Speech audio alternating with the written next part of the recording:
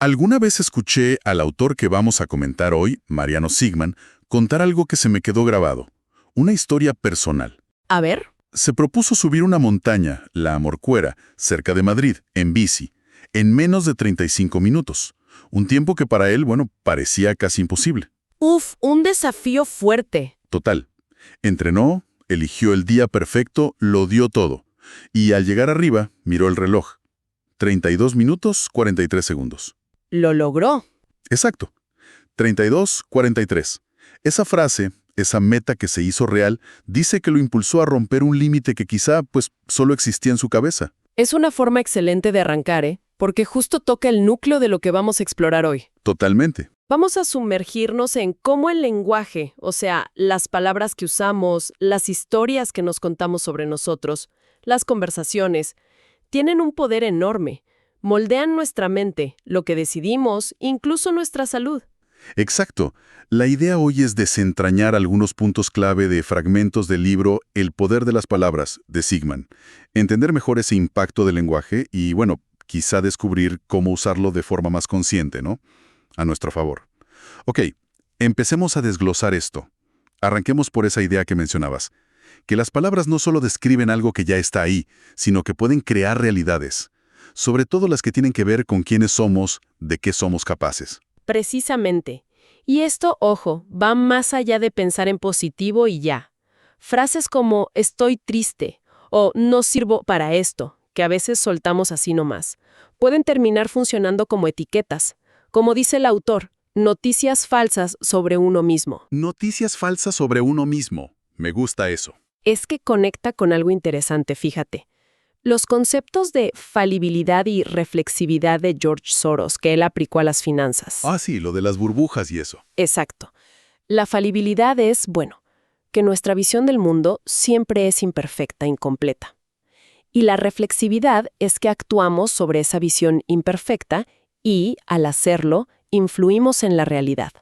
Creamos a veces profecías autocumplidas. Y eso no solo pasa en la bolsa, pasa en cómo nos vemos a nosotros mismos. Entiendo. Como si al repetirnos una historia empezamos a actuar según esa historia y la reforzamos. El libro cuenta una anécdota graciosa del autor de chico, ¿no? Cuando mintió diciendo que conocía a Maradona, justo cuando Maradona se mudó cerca. Exacto. Y claro, la ficción chocó con la realidad cuando los amigos le pidieron que los presentara.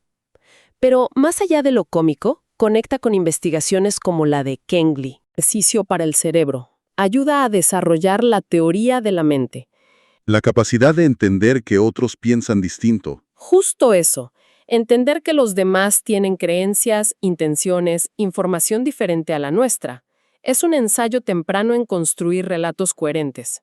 Aunque a veces, como le pasó a Sigman con Maradona, el relato no se sostenga, claro. Claro. Pero aunque mentir sea un ejercicio, nuestro razonamiento en general no siempre es tan lógico y afinado, ¿verdad? Muchas veces nos creemos nuestros propios cuentos o caemos en trampas sin darnos cuenta. Totalmente. Es lo que el autor llama la miopía de la razón. Nuestro cerebro es rapidísimo sacando conclusiones, detectando patrones. Es el famoso Sistema 1 de Kahneman. Intuitivo, automático, ahorra energía. El piloto automático. Algo así. Información. Ignora un montón de datos que no ve o que no considera relevantes en ese momento. Somos muy buenos viendo lo que tenemos delante, pero malísimos considerando lo que no vemos. Como en esos acertijos clásicos que te bloquean. El libro menciona uno de lógica, sobre si una persona casada mira a una soltera, que la mayoría siente que falta info, pero la respuesta está ahí si analizas todo. Ese mismo. O el de los 9 puntos que hay que unir con 4 líneas rectas sin levantar el lápiz. El famoso. Que la clave es salirse del cuadrado imaginario. Justo. La trampa es esa suposición que nos ponemos solos. Nuestras ideas automáticas nos limitan.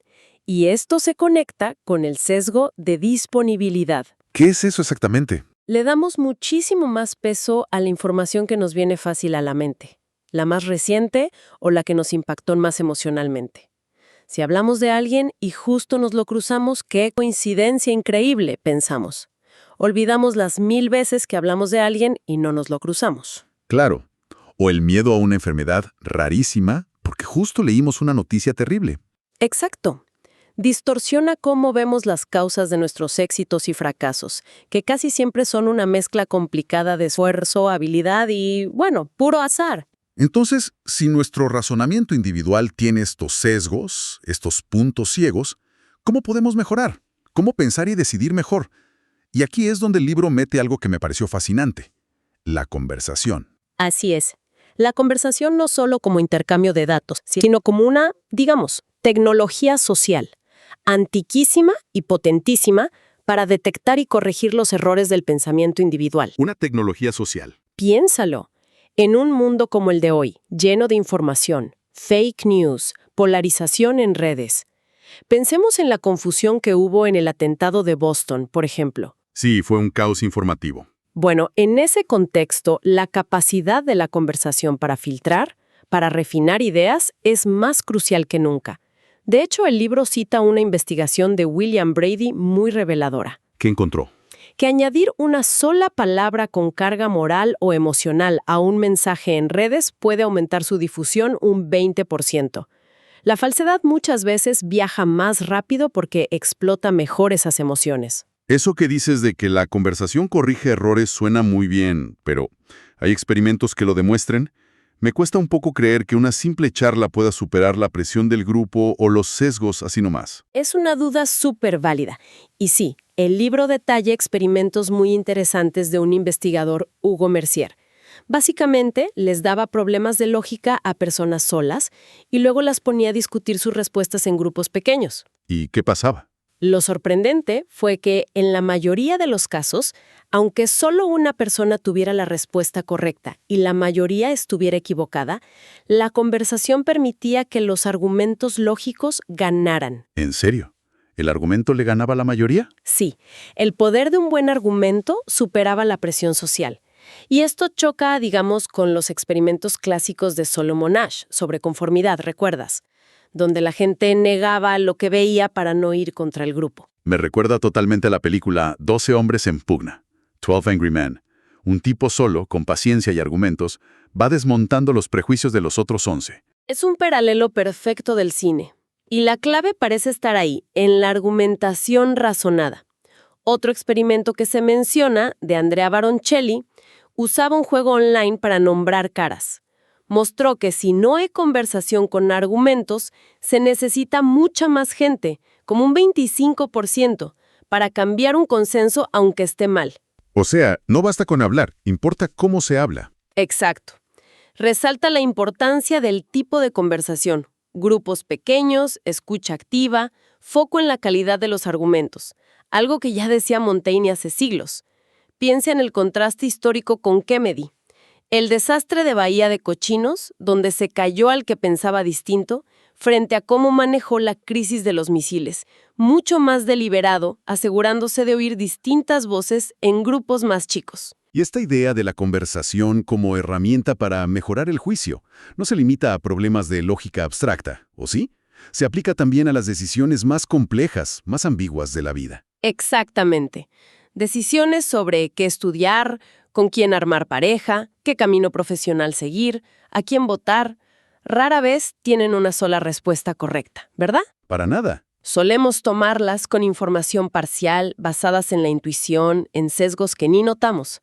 La conversación con otros, si es una buena conversación, claro, puede sacar a la luz esas prioridades escondidas, esos argumentos flojos, esos miedos o deseos que ni habíamos puesto en palabras. También hay evidencia de esto. Sí, los experimentos de Sigman pidiendo estimaciones grupales en estadios son interesantes, similares al clásico de Galton de adivinar el peso de un buey. Muestran que los grupos pequeños que discuten y consideran cuánto confía cada uno en su respuesta, superan la simple sabiduría de la multitud, de promediar respuestas sin hablar. Claro, como lo opuesto al delirio de las multitudes que describía Mackay, donde en grupos grandes, sin discutir, el contagio emocional puede agrandar los errores. Lo vemos todo el tiempo en redes sociales. Precisamente. Por eso es tan importante cuidar los espacios para la buena conversación en las organizaciones, en los equipos. Evitar lo que el libro llama fuego en los pasillos, la crítica destructiva, el rumor por lo bajo y el miedo en el consejo, cuando nadie se anima a disentir por miedo. Tiene sentido. La falta de comunicación franca, basada en argumentos, puede tener consecuencias graves. Se ha visto en análisis de accidentes aéreos, donde la jerarquía impidió que información vital llegara donde tenía que llegar. Llevando esto a un terreno todavía más delicado, ¿puede la conversación hacer una diferencia real en temas donde las posturas parecen fijas, como la moralidad o la ideología política? Ahí parece que la gente se atrinchera más, ¿no? Es la pregunta del millón, sí. Y los hallazgos que presenta el libro son, la verdad, sorprendentes. Y hasta esperanzadores, diría.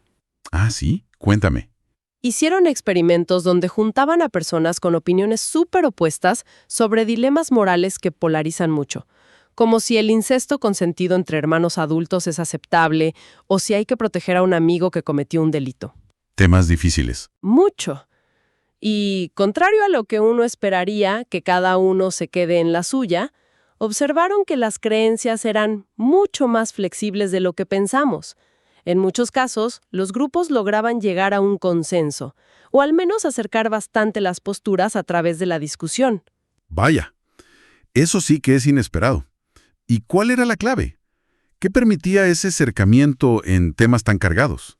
Identificaron una figura crucial, la del gris de alta confianza. ¿El gris de alta confianza? Son personas que no tienen posturas extremas sobre el tema, sino visiones más intermedias, con matices, pero a la vez están seguras y saben argumentar bien sus ideas. El autor los llama los Montaignes modernos. Como el filósofo. Exacto. Estas personas actúan como puentes, como traductores entre los extremos. Facilitan que el grupo encuentre un terreno común basado en los mejores argumentos. Y esto se conecta con otro estudio fascinante de Eran Halperin en el contexto israelí-palestino. ¿Qué encontró él? Descubrió que el simple hecho de creer que las posturas de los grupos, el propio y el contrario, son maleables, que pueden cambiar, aumenta la disposición a dialogar y a buscar compromisos. La creencia en la posibilidad del cambio lo facilita. Es una idea poderosa esa. La plasticidad no solo individual, sino también grupal.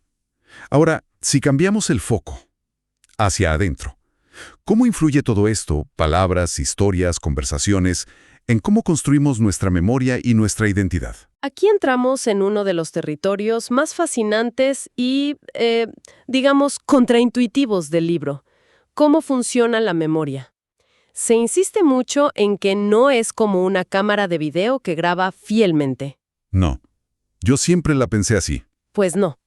Es más bien como un pintor que reconstruye una escena, una narrativa.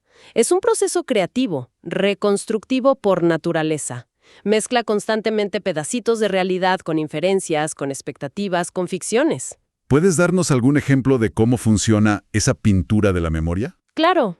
Piensa en los estudios clásicos de Elizabeth Loftus. Demostró lo fácil que es implantar recuerdos falsos de cosas de la infancia, simplemente sugestionando a la gente. Increíble. O la anécdota del libro sobre un supuesto cruce entre Maradona y Perfumo, que ambos recordaban con lujo de detalles, pero que nunca pasó. Nuestra memoria rellena huecos, busca coherencia, a veces inventa detalles.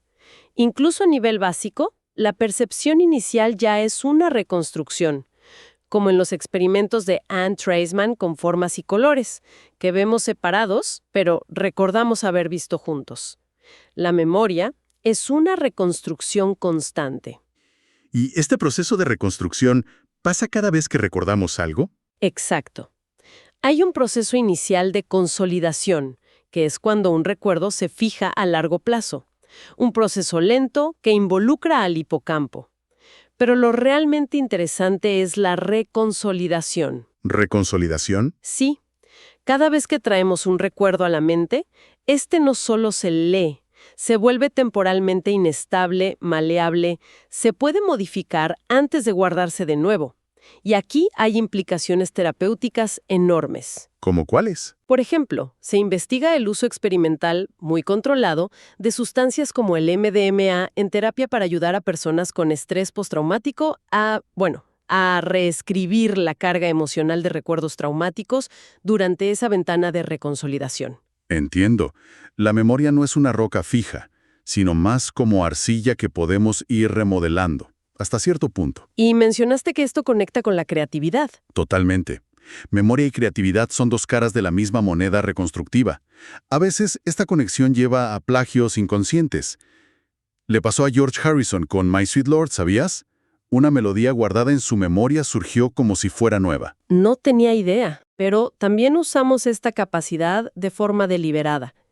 Las técnicas memotécnicas antiguas, como el Palacio de la Memoria de Simónides, son actos creativos. Transformamos información abstracta en imágenes vívidas, en relatos espaciales que el cerebro recuerda mejor. Se trata de aprender a conectar la información, darle sentido, estructura. En lugar del aprendizaje inerte, ese conocimiento aislado que podemos recitar pero no usar ni relacionar. ¿Y cómo se une todo esto con nuestra sensación de ser un yo, con nuestra identidad? Nuestra identidad, esa narrativa que nos contamos sobre quiénes somos, se apoya fundamentalmente en esta memoria reconstructiva y en el lenguaje que usamos para contarla. Por eso sufrimos de amnesia infantil, no recordamos los primeros años, en parte porque aún no teníamos un sentido del yo estable ni el lenguaje para etiquetar y narrar esas experiencias. Tiene lógica. Proyectos como el seguimiento fotográfico La Flecha del Tiempo de Diego Goldberg o el estudio detallado de Deb Roy sobre cómo su hijo aprendió a hablar y construyó su mundo, ilustran perfecto cómo tejemos esa historia personal. Pero ojo, esta narrativa también tiene sus sesgos. ¿En qué sentido? Experimentos como los de Michael Ross muestran que tendemos a reescribir nuestro pasado para que encaje con cómo nos vemos ahora. A menudo exageramos nuestro progreso o minimizamos errores para mantener una visión coherente y, positiva de nosotros mismos. Fascinante cómo editamos nuestro propio pasado. Y esto nos lleva, creo, a la última pieza. La conversación más constante de todas, la que tenemos con nosotros mismos. ¿Qué nos dice el libro sobre ese diálogo interno? Señala algo que muchas investigaciones confirman: el modo por defecto del cerebro. Cuando la mente divaga sin tarea específica, tiende a irse hacia la autocrítica, la preocupación, la rumiación. Como dice Dan Gilbert, una mente errante no suele ser una mente feliz. Sí. Y aquí surge una paradoja medio dolorosa. A menudo somos infinitamente más duros y críticos con nosotros mismos, y a veces con la gente que más queremos, de lo que seríamos con un amigo o incluso un conocido que estuviera pasando por lo mismo. Hay una distorsión de perspectiva clarísima. Es verdad. A veces soy mi crítico más feroz. Suena agotador. ¿Cuál es la alternativa que se propone para ese diálogo interno? La alternativa es cultivar la autocompasión. Es un concepto desarrollado por investigadoras como Christine Neff, inspirado en parte en tradiciones budistas. Y es clave entender que no es autocomplacencia, ni victimismo, ni bajar la exigencia. ¿Entonces qué es? Es simplemente tratarnos a nosotros mismos con la misma amabilidad, comprensión y apoyo que instintivamente le daríamos a un buen amigo que la está pasando mal, que metió la pata o que se siente inadecuado. Hablarse a uno mismo como le hablarías a un amigo. Suena simple, pero me imagino que fácil no es. ¿De verdad tiene beneficios que se puedan medir? Sí, y son importantes. La investigación muestra consistentemente que más autocompasión se asocia con mayor bienestar psicológico, más optimismo, menos ansiedad y depresión. Interesante. También fomenta la resiliencia, nos ayuda a afrontar las dificultades sin derrumbarnos. Y muy importante, nos da más motivación para aprender de los errores y mejorar, en lugar de quedarnos paralizados por la crítica. Incluso hay evidencia de beneficios para la salud física, probablemente porque reduce la respuesta del cuerpo al estrés crónico. Vale, me convence. ¿Y cómo? ¿Cómo se puede cultivar activamente esa autocompasión? ¿Hay ejercicios prácticos o algo así? Los hay. Prácticas como el mindfulness, que nos ayuda a observar nuestros pensamientos y sentimientos sin juzgarlos de una, son una base importante. Hay ejercicios específicos de compasión, como los que difunde Sam Harris, donde dirigimos activamente sentimientos de bondad hacia nosotros mismos y hacia otros. Algo más. También ayuda a intentar tomar distancia de nuestros problemas, a veces hasta con humor. El libro menciona a Mourinho, que parece tratar a su personaje público casi como un actor. Quizá eso le ayuda a manejar la presión. Otra técnica es cambiar la perspectiva a propósito. Intentar vernos a nosotros o a nuestros hijos, por ejemplo, como si fueran sobrinos queridos, con un poco menos de esa carga de responsabilidad directa. Como quitarle un poco de peso. Exacto. Incluso podemos aplicar una versión del método Feynman a nosotros mismos. Intentar explicar nuestros propios sentimientos, dilemas, decisiones, como si se los estuviéramos enseñando a otro, para clarificarlos, para entendernos mejor. Y fundamentalmente, creo que todo esto se conecta con la importancia de la conexión humana real. La soledad crónica es devastadora para la salud física y mental. Lo mostraron estudios pioneros sobre el SIDA. Lo contrario de la soledad no es solo estar rodeado de gente, sino tener conversaciones significativas, empáticas, compasivas. Al final, ser capaces de darnos esa compasión a nosotros mismos nos hace más capaces de darla a los demás. Y al revés, ser amable con los otros es también una forma profunda de ser amable con uno mismo. Haciendo un recuento, ha sido un recorrido intenso. Hemos visto que las palabras no son inocuas, para nada. Tienen el poder de definir nuestra realidad, de actuar como esas noticias falsas sobre uno mismo que nos limitan. Claro. E incluso de moldear nuestros recuerdos, que resultan ser más una escultura en proceso que una foto fija. Y la conversación emerge como el gran catalizador, ¿no? La conversación inteligente, argumentada, con otros, es una herramienta tremenda para pulir nuestro razonamiento y tomar mejores decisiones juntos. Y la conversación interna. Y la conversación interna, cuando la cultivamos con autocompasión, se convierte en una fuente de bienestar, de resiliencia, de crecimiento personal. La idea que me llevo resonando fuerte es la sorprendente plasticidad de nuestra mente. Entender estos mecanismos, los sesgos, la reconstrucción de la memoria, el poder del diálogo interno y externo, nos da herramientas. Nos da, digamos, agencia para navegar nuestra propia vida mental y emocional de una forma más consciente. Exacto. Y con suerte, más sabia y constructiva. Exacto. No somos meros espectadores de nuestros procesos mentales. Podemos aprender a participar activamente en cómo interpretamos lo que nos pasa y cómo respondemos. El lenguaje, en todas sus formas, es una de las palancas más poderosas que tenemos para eso. Y para dejar una idea flotando, ¿no? Si cada palabra, cada conversación, cada relato interno tiene este potencial de dibujar y redibujar nuestro mapa del mundo y de nosotros mismos, ¿qué pequeña conversación, quizá una que hemos estado posponiendo, podríamos elegir tener hoy con otra persona o simplemente con nosotros mismos en un tono más compasivo, para empezar a trazar conscientemente una nueva línea, una nueva posibilidad en ese mapa personal?